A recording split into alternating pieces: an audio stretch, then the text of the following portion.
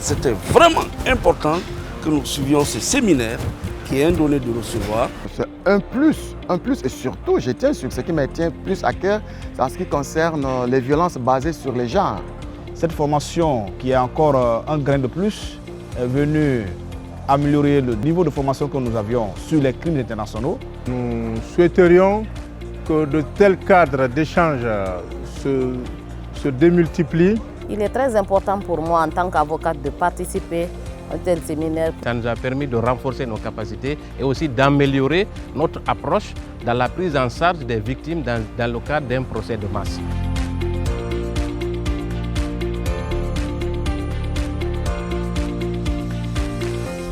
Depuis l'enquête préliminaire jusqu'à la décision rendue le 31 juillet 2024, l'OPIBF et les agences partenaires ont accompagné le gouvernement à chaque étape de la procédure. Ce soutien reflète notre conviction profonde que la paix durable ne peut se construire sans la justice. C'est pourquoi nous avons accompagné la conduite de la transition en mettant 3 projets visant à renforcer la participation des jeunes et des femmes, ainsi qu'à appuyer la cohésion sociale et la réconciliation nationale en Guinée depuis 2022.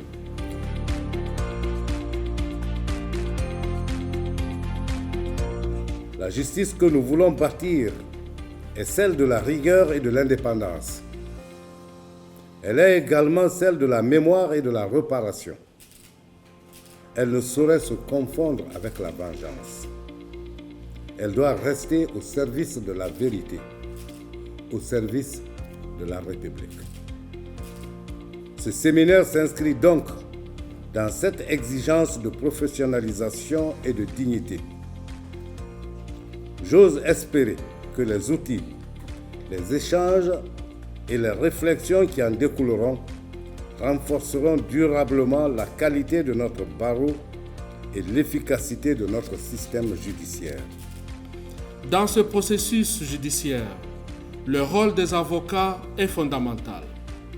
Ils contribuent au respect du droit à un procès équitable, assurent la défense des victimes comme des accusés et participent à la consolidation de l'état de droit dans toutes ses dimensions et sa complexité. C'est pourquoi il est essentiel de renforcer leurs capacités techniques sur les standards internationaux en matière de traitement des crimes de masse, particulièrement les crimes contre l'humanité ainsi que les violences sexuelles liées au conflit.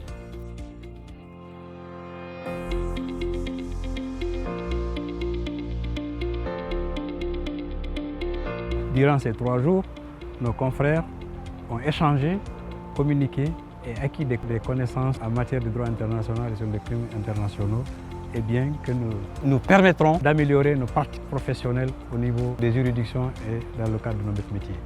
Nous avons travaillé sur la définition des crimes internationaux, mais nous avons également essayé de mettre en place un partage de compétences et d'expériences par rapport à ce type de procès qui est parfaitement extraordinaire. L'objectif était de leur donner un maximum d'outils supplémentaires qu'ils puissent justement utiliser dans le cadre de la procédure, peu importe les intérêts dont ils ont la charge, pour essayer de faire en sorte que ce procès se passe dans le mieux possible. Vraiment, c'était une très bonne session dans la mesure où ça consiste à renforcer la capacité des avocats. Et là, je tiens à remercier les organisateurs pour penser à pouvoir former les avocats sur les normes internationales et plus particulièrement sur des crimes qui relèvent de la Cour pénale internationale. Ces notions-là que nous venons d'acquérir vont nous servir dans l'avenir pour notre perfectionnement. Qu'on soit de la défense, qu'on soit de la partie civile, une chose reste claire, c'est que ça sera toujours dans le cadre d'un procès et il faut savoir sur quelle ligne de défense il faut évoluer pour que justice soit rendue, pour que le droit soit dit. Donc ces notions-là, nous allons les utiliser à bon escient, nous allons les mettre en pratique chaque fois que nous serons en face des cas de ce genre. Le procès des massacres du 28 septembre n'est pas encore terminé. Toutes les parties ont relevé appel et bientôt le procès sera programmé en appel. Donc bénéficier d'une telle formation n'est que salutaire parce que tout ce que nous avons appris ici sont en rapport avec ce que nous allons vivre quotidiennement. Nous avons acquis des notions et cela va certainement améliorer notre façon de travailler parce que c'était une première dans notre pays. Et donc les notions qu'on a acquises à travers cet atelier vont nous permettre aussi au niveau local de nous améliorer substantiellement dans la conduite même des dossiers, dans l'écoute des victimes, dans la réponse à apporter face aux arguments de la défense, mais également du ministère public, dans le cadre de la réfutation des arguments développés par les accusés à l'audience. Donc c'est une excellente chose. Je pense que nous sortons renforcés dans notre démarche, dans notre compétence à prendre durablement en charge les victimes dans ce procès.